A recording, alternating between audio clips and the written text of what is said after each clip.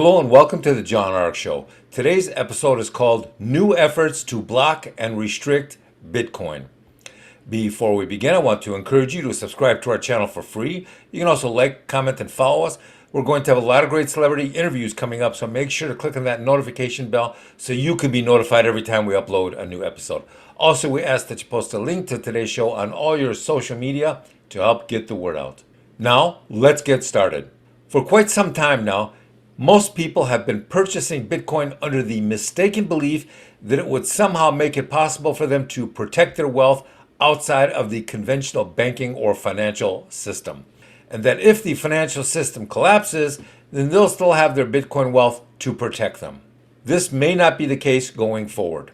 As we speak, a variety of economic, political, and technical forces are aligning their efforts to control, limit, and restrict the various crypto exchanges so that the authorities and the leaders of the financial system will be able to determine who gets to convert their Bitcoin to cash and what they'll be allowed to purchase or withdraw and when.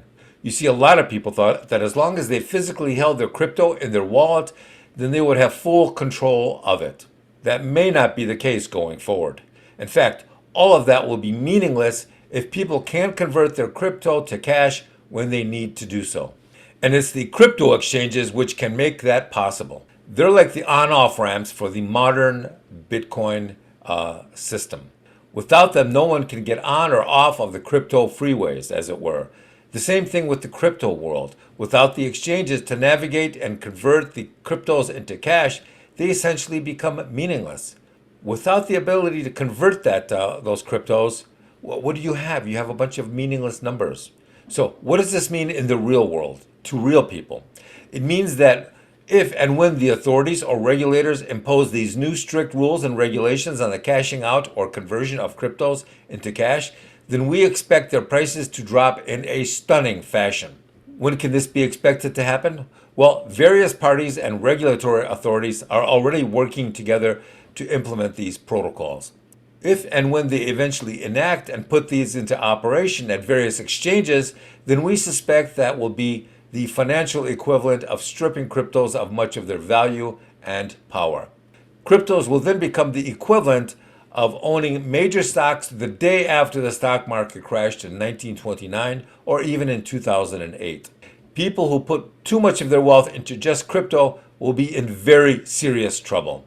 So how can the possibility of this happening be leveraged or taken advantage of before it actually happens? Well, we don't give financial advice, but we suspect that once insiders start to see that this will happen, then they'll begin to unload their crypto while they still can. They'll try to convert it to cash, or they'll begin to purchase hard assets with it. If you can't convert it into cash, then all you will have at that point is a bunch of random numbers. So because of that, they'll start purchasing homes and supercars or land or gold. My guess is that these people will start purchasing precious metals in high volume. Gold, silver.